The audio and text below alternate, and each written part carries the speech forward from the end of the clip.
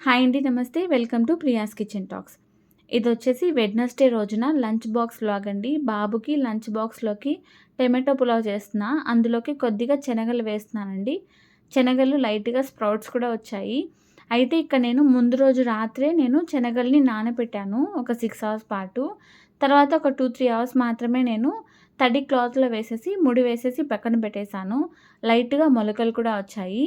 ఈ గ్యాప్‌లో ఇక్కడ నేను ఆనియన్స్, టొమాటోస్ కట్ చేసుకుంటున్నాను. టొమాటోస్ కొద్దిగా ఎక్కువగానే తీసుకున్నానండి. బావుంటుంది కదా అనేసి. పలావ్‌లోకి టొమాటోస్ కొంచెం ఎక్కువ వేస్తేనే టేస్ట్ కూడా బావుంటుంది. అలాగే ఇక్కడ నేను ఒక గ్లాస్ బియ్యం కూడా నానబెట్టి పెట్టేశాను. బాబు కోసం నేను పులావ్ కొంచెం మెత్తగానే చేస్తున్నానండి. పొడి పొడిగా చేయట్లేదు. డైజెషన్ అవ్వడానికి ప్రాబ్లమ్ లేకుండా ఉంటుంది కదా అనేసి మెత్తగా చేస్తున్నాను. అన్నీ కూడా కట్ చేసుకున్న తర్వాత ఇప్పుడు స్టవ్ పైన కుక్కర్ పెట్టేశాను. కుక్కర్‌లోకి స్పైసెస్ కూడా చాలా తక్కువ వేశానండి. ఒక ఇంచు దాల్చిన చెక్క, ఒక లవంగం, ఒక ఇలాచీ మాత్రమే వేశాను. అవి వేగిన తర్వాత ఇక్కడ నేను ఆనియన్స్ వేసుకున్నానండి. ఆనియన్స్ బాగా బ్రౌన్ అయిన తర్వాత ఒక టీ స్పూన్ మాత్రమే అల్లం వెల్లుల్లి పేస్ట్ వేశాను. మసాలాలైతే అన్నీ తక్కువగానే వేస్తున్నాను. వేసిన తర్వాత గుప్పెడు పుదీనా ఇంకా కొంచెం కొత్తిమీర కూడా వేశాను. అవి కూడా బాగా సాఫ్ట్ అయిపోయిన తర్వాత, వేగిపోయిన తర్వాత టొమాటోస్ వేసుకున్నానండి. టొమాటోస్ కొంచెం ఎక్కువగానే వేసుకున్నాను. అది కూడా వేసి బాగా వాటర్ రిలీజ్ అయ్యి మెత్తగా అయిపోయిన తర్వాత నేను చెప్పాను కదా శనగలు లైట్‌గా స్ప్రౌట్స్ వచ్చాయి అని చెప్పి, అది కూడా యాడ్ చేసేసాను. శనగలు కూడా వేసి బాగా కలిపిన తర్వాత కొద్దిగా మసాలాలు వేశాను. కొంచెం కారం, ఇంకా కొద్దిగా ధనియాల పొడి, ఇంకా కొంచెం సాల్ట్ కూడా వేశాను. అన్నీ కూడా వేసిన తర్వాత లో ఫ్లేమ్‌లోనే పెట్టి చేస్తున్నాను. అన్నీ వేసిన తర్వాత ఒకసారి బాగా మిక్స్ చేసేసాను. ఇప్పుడు మసాలాలన్నీ కూడా బాగా వేగిపోయాయి. ఆ పచ్చిదనం అంతా కూడా పోయింది. ఇప్పుడు అందులోకి నానబెట్టిన బియ్యం యాడ్ చేస్తున్నాను. నేను నార్మల్ బియ్యమే వేస్తున్నానండి. నార్మల్ బియ్యమే వేసేసి ఒక గ్లాస్ బియ్యం అయితే వేస్తున్నాను.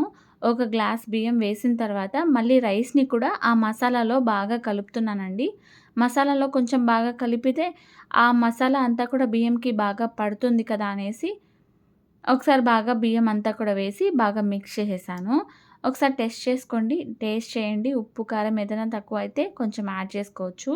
ఇక్కడ నేను ఒక గ్లాసు బియ్యంకి 2 గ్లాసుల వాటర్ యాడ్ చేస్తున్నాను. చెప్పాను కదా కొంచెం మెత్తగా కావాలి అనేసి. అందుకే 2 గ్లాసుల వాటర్ యాడ్ చేశాను.